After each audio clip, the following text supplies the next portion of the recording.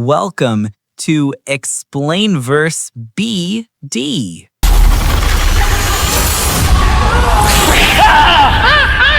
Welcome to a world where darkness breathes and every heartbeat hides a secret. This isn't just another story. It's a legend where humans and the undead walk the same path, guided by one name, Alok, a man whose heart still beats. A man whose heart still beats, and a body that shouldn't, a curse, a love, and a destiny written in blood. When the goddess herself blessed the night, a protector was born, the one we now call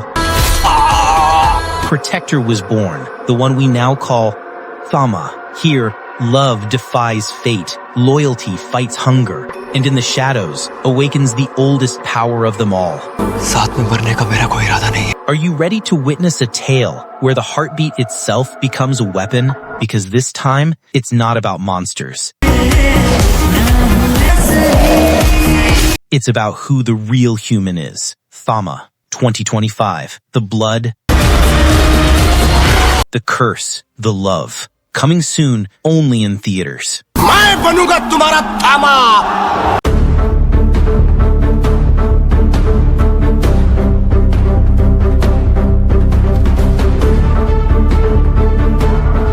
Have you ever wondered what happens to stories that disappear in time? Some are forgotten, and some are buried for a reason. It all began in 323 BC. The great conqueror, Alexander the Great, was marching through the wild forests of India, his army, his horses, and one silent Indian slave named Shambhu. But deep inside that forest, something was waiting.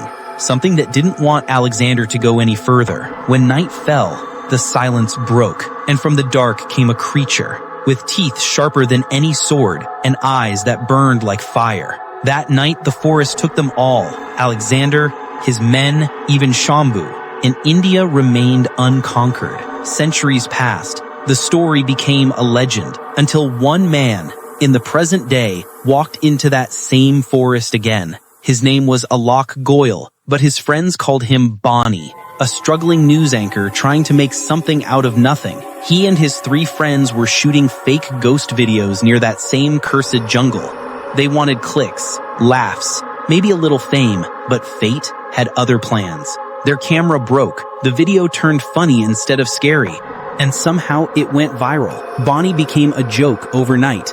Embarrassed, angry, he decided to return to that forest once more, this time to prove something, but the forest doesn't forgive. As he wandered deeper, a wild bear attacked him out of nowhere. His friends ran for their lives. Bonnie ran too, bleeding, terrified, until he slipped beneath the roots of a massive tree, and everything went dark. When he opened his eyes, he saw her, a girl, standing against the moonlight, strong, calm, and strangely familiar. She had just killed the bear that almost killed him. Bonnie could barely move, but he saw her watching him closely, as if she could feel his heartbeat. When he finally spoke, she smiled softly and said, "Her name is Tartka." Something about that name sent a chill through him. It sounded ancient, dangerous, and yet beautiful. Moments later, he saw other figures stepping out of the mist, silent, pale, their eyes glowing faintly. That's when he realized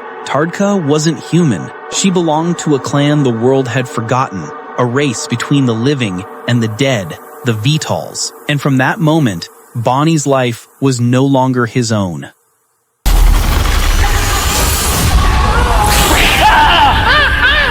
In a forgotten corner of the forest, a strange ritual was taking place. The villagers gathered under the ancient statue of the mother goddess. The heart carved on the statue glowed faintly, as fresh blood from the slain bear was smeared across it. It was an offering, a silent prayer to keep the darkness asleep.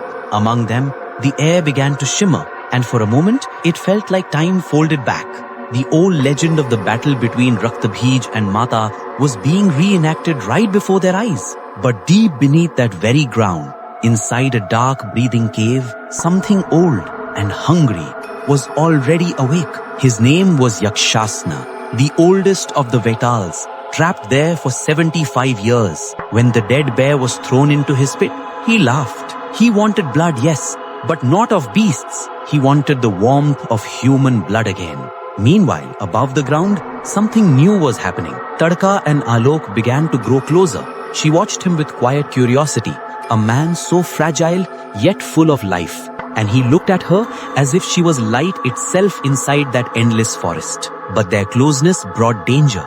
Veeran, Yakshasana's fierce lieutenant, saw them together and dragged Alok before everyone. He accused him of trespassing, of breaking their sacred boundary. Tadka tried to defend him, telling them that Alok knew nothing of their world, that he was just a lost human. But mercy was not a word their clan believed in. So Veeran threw Alok into the dark cave, straight to Yakshasana. Inside, the ancient Vetal smiled, his eyes glowing like dying embers. He hadn't seen a human in 75 years, and now his hunger had a face.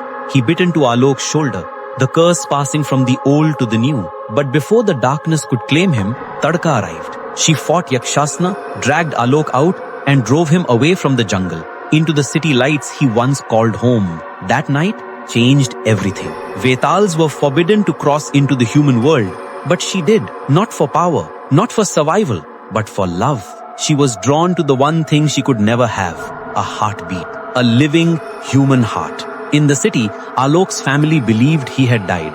His father, a retired officer, mourned silently. His mother's picture hung on the wall.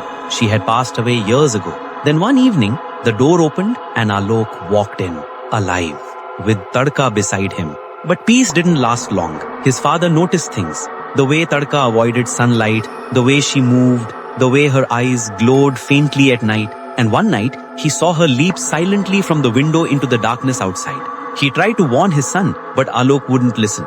He had fallen in love. He called her Tarika, his star. Yet Tadka carried a secret. To live, she had to drink blood.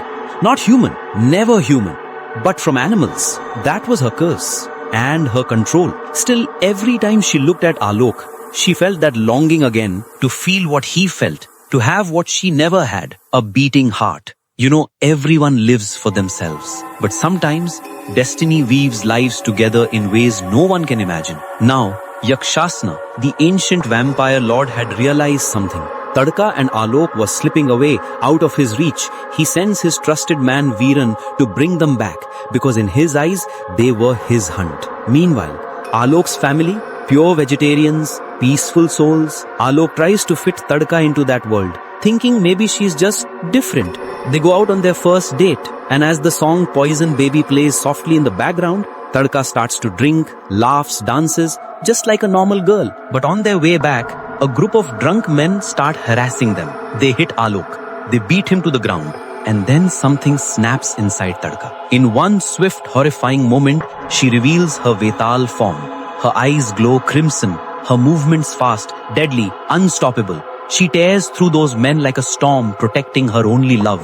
But just as she is about to bite their leader, Alok stops her. He looks into her eyes, terrified, yet in awe, and takes her home. Later that night, Veeran finds those same men and kills them one by one, because no witness must live. No one should ever know that Vetals still exist. At home, Alok finally believes his father, that something about Tadka isn't human. Tadka, with tears in her eyes, tells him softly, "We are not vampires, Alok. We were created by the goddess to protect this world, not destroy it." She tells him about 1947, the riots, the chaos, the hatred among humans.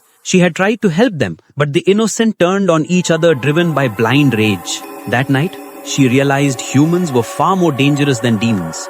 Their blood had become poisoned with hate, and so she took an oath, never to drink human blood again, never to step into their world again. But for Alok, she broke that oath. And deep beneath the mountains, the cursed one, Yakshasana, was waiting. 75 years ago, he was chained by divine spell, banished into a dark cave, starved of human blood for decades. He was once the leader of all Vetals, but his hunger for power and blood broke the sacred rule, and the curse of the goddess bound him in darkness. Now his thirst is returning, and his first target is Alok, because love always comes with a price. And now, the story takes a darker turn. Yakshasan, the ancient demon, had been waiting for this very moment. Because you see, the day a Vetal bites a human, his curse breaks. Yes, the same reason he was imprisoned was also the key to his freedom. And now that Tadka had bitten Alok, Yakshasan's chains were starting to crumble. But the cruel truth, the one who bites takes his place. So while Yakshasan's freedom was nearing, Tadka's own destiny was to be imprisoned for 100 long years. Yet, even after all that, their love remained untouched, unbroken. Soon after, the police arrived at Alok's house. Officer P.K. Yadav takes Tadka away for questioning. But Yadav isn't who he seems to be. He speaks in code, words only a Vaital would understand. And then, the truth comes out. P.K. Yadav himself was a Vaital. For over 172 years, he had been maintaining the fragile balance between humans and their kind. He wants Tadka. You've broken the sacred rule. You must return before it's too late. Alok, desperate to protect her, follows them. But in the chaos, his car crashes. And that was the end of Alok's human life. At the hospital, his parents cry, mourning their only son. But destiny had one more cruel twist. Because Tadka, unable to bear losing him, did the unthinkable. She turned him. Alok was now a Vaital. The sacred flames inside the cave flickered out. The earth trembled. And deep inside that ancient prison, Yakshasan smiled. He was free. But freedom always demands a price. Now Tadka would take Alok's place. Locked away in darkness for 100 years. Back at the hospital, Alok begins to change. He feels an ache, a hunger he cannot control. In the still of the night, he sneaks into the blood bank and drinks. His father catches him, terrified, heartbroken. And Alok, with fangs glistening under the dim light, turns away in shame. The next morning, his father wakes up in disbelief, telling everyone what he saw. But no one believes him. Alok begins to feel the curse. The sunlight burns, his vision blurs, and his reflection fades. Tadka comes to him softly and says, "You're not alive anymore, Alok. You're one of us now." And for the first time, Alok realizes the truth. Vaitals never lie. Because even monsters can love honesty. They say monsters drink blood. But what if that blood was meant to protect the world? Alok's eyes had begun to glow. A deep burning red. His fangs slowly emerged. He was changing into one of them. You see, Vaitals were never evil. They were the guardians of earth created by the goddess herself. Long ago, during the war against the demon Rakta Beach, every drop of his blood gave birth to another monster. To stop that endless curse, the goddess created the Vaitals, souls who could drink that cursed blood and protect the living. But there was also a prophecy that one day, a Vaital would be born with a beating human heart, a protector who could walk among humans and never be known for what he truly is. No such Vaital had ever existed until now. Alok was that one, a being with both blood and heartbeat, a human soul inside a Vaital's strength. He began to learn fast, super speed, super hearing, the power to see and sense life in the dark. But with every new gift came a heavier curse. At home, Alok's father was growing suspicious of Tadka. He met with Inspector P.K. Yadav again, the one who secretly worked for the ancient Vaitals. Yadav promised to send Tadka home, but his eyes told another story. One evening, Alok's father finally faced the truth. His son was no longer alive. He walked the earth at night, a soul caught between man and monster. Heartbroken, he sought help. From a place known only to a few, the hand of God. There we see something unexpected. A crossover with Bhedia and the Shri universe itself. Yes, Jonah was already waiting there, searching for a cure for his brother Bhaskar, the Bhedia, whose inner beast had gone silent since the battle with Sarkat, just like the Hulk after Thanos. The cure, said the hand of God, lies in the blood of a Vaital. But there was a problem. The Vaitals were thought to be extinct. No one had seen one for decades, though deep inside, we all knew that wasn't true. They had simply gone into hiding. Jonah was told to wait, and Alok's father was told something even harder. There is no cure. Once a Vaital, always a Vaital. Alok had already accepted his fate, but his father couldn't. And that's when destiny began to weave the next part of the story, where love, loss, and immortality would finally collide. Sometimes, fate brings together heroes who were never meant to meet. And sometimes, it brings chaos instead of peace. Now it was clear. The secret to Bhedia, or Bhaskar's growing power, was hidden in the blood of one man, Alok. A single drop of his blood could awaken something ancient, something unstoppable. Where Alok sat that night, a strange cloth had been placed. It was no ordinary fabric. It carried Bhaskar's scent, a link that would draw the wolf straight to him. But Alok wasn't alone. Viren and his Vital hunters were already closing in, and yet, Alok managed to outsmart them. He reached the top of an abandoned skyscraper, the place where Tadka had told him to wait. Moonlight bathed the rooftop in silver, and for a moment, it felt calm until Badia arrived. And yes, it was Bhaskar, the wild, fearless wolf, played by Varun Dhawan. What followed was nothing short of explosive. A fierce battle began, claws against fangs, fire against fury. The city lights reflected off their glowing eyes. But Alok, he was stronger, faster, and a little too confident. In a moment of mockery, he let Bhaskar taste a single drop of his blood, just for fun. And that was his greatest mistake. Bhaskar roared, his body twisting, his bones cracking, transforming. The air shook as he rose. No longer the four-legged Badia, but a towering two-legged alpha beast, a nightmare straight out of Van Helsing. He was faster, darker, more powerful, driven by madness. He attacked Alok brutally, throwing him through walls, ripping through concrete like paper. Tadka barely managed to pull Alok away and hide him in the shadows. Then, using a mirror, she showed Bhaskar his own reflection, his human face beneath the monster. And just for a second, the beast calmed. He shifted back and fled into the night. The next scenes mix fear and humor because Bhaskar, now high on Vital blood, was acting like a wild man on steroids. Even Tadka couldn't believe what she'd just seen. Later that night, Tadka took the injured Alok to Inspector P.K. Yadav, and there, another truth unfolded. Yadav was a Vital too. He revealed that Daityas and Vitals were natural enemies, born from two sides of the same divine curse. But by tasting Alok's blood, Bhaskar had become 10 times stronger. He would soon come back to finish what he started.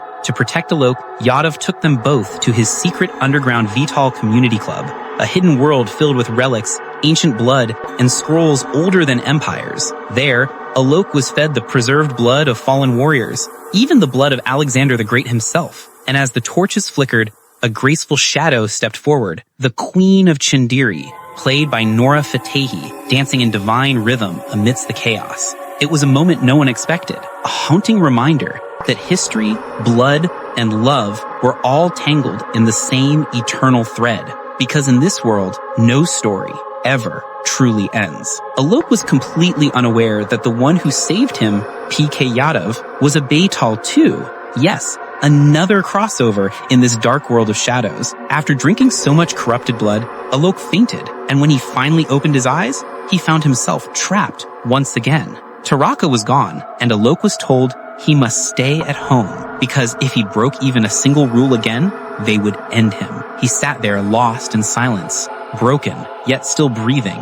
But something changed that night. For the first time, his father finally saw that his son, Alok, was willing to break every rule for love, just like Taraka did. Somewhere deep inside the forest stood a mystical tree, a gateway between worlds, touched only by the energy of the Baitals. Maybe it was the ancient Munjia tree itself. Meanwhile, inside the dark cave, Yakshasan had been freed, the magical chains that held him shattered by a secret spell. Taraka was about to be sealed away again when suddenly Alok stormed in, fighting off dozens of Baitals side by side with Viren. But Yakshasan was not impressed. He wanted to test this new Baital for real. So, in a terrifying move, he struck down Viren, absorbing his power into himself. And then, behind Yakshasan appeared something horrifying. A demonic spirit with glowing blue eyes. The kind of ancient evil that only exists in forgotten legends. Blue eyes meant only one thing.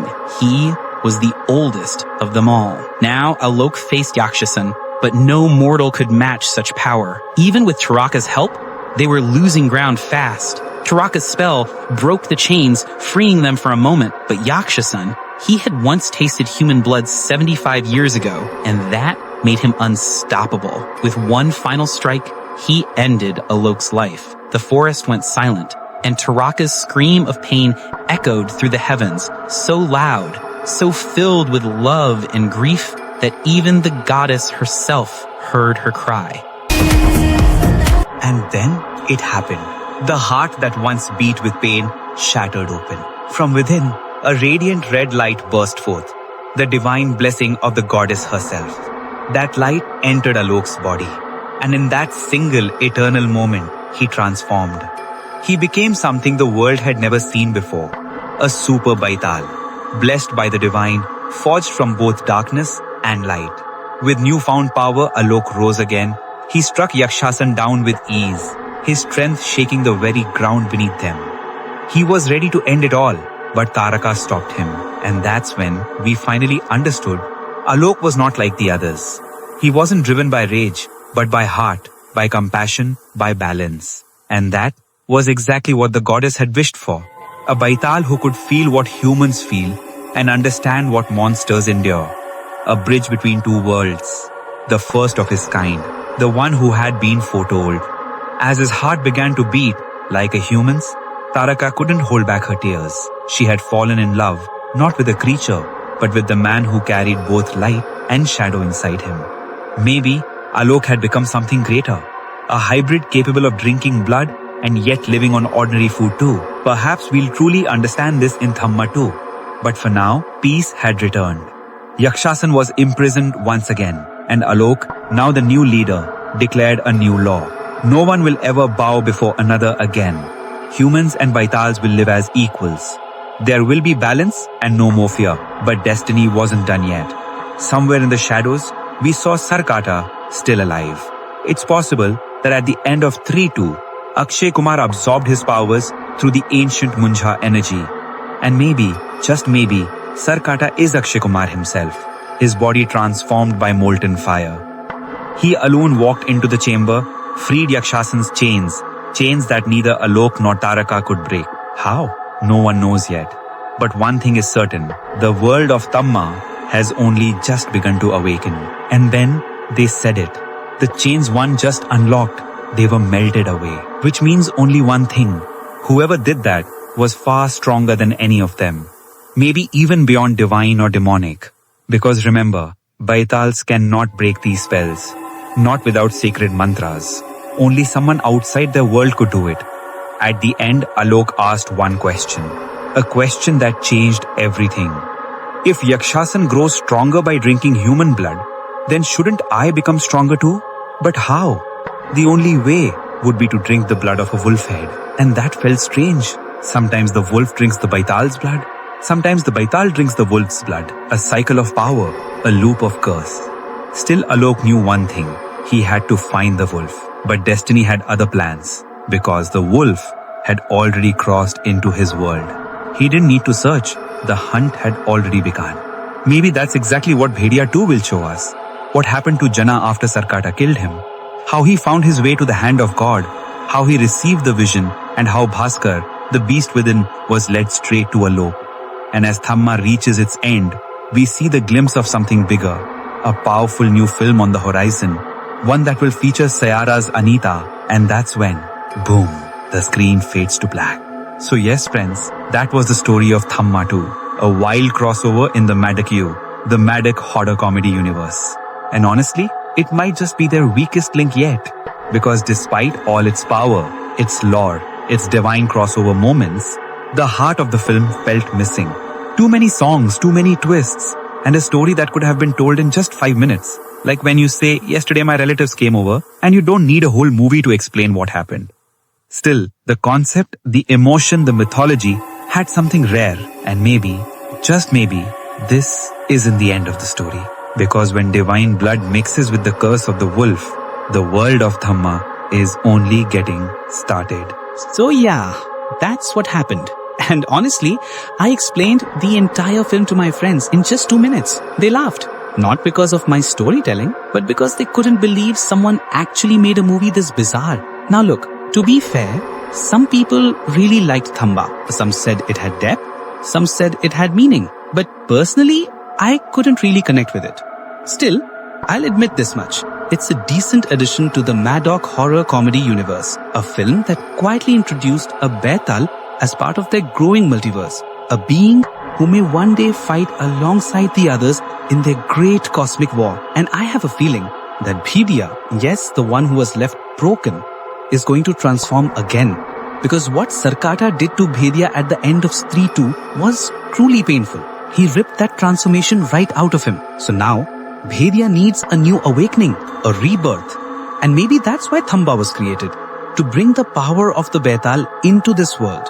To merge the bloodlines and prepare for what's coming next. The era of Mahamunjya. That's how all of this connects. And maybe that's all THAMMA was ever meant to be.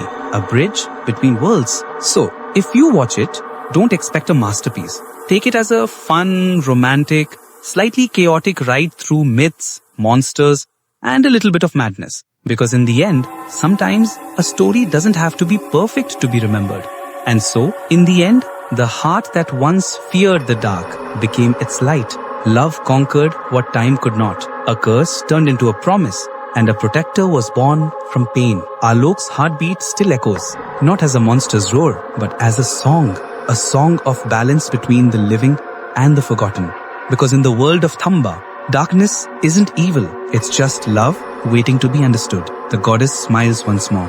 The war is over, for now. But remember, when the night whispers your name, the story of THAMMA is never truly over. The heart still beats, only in theaters.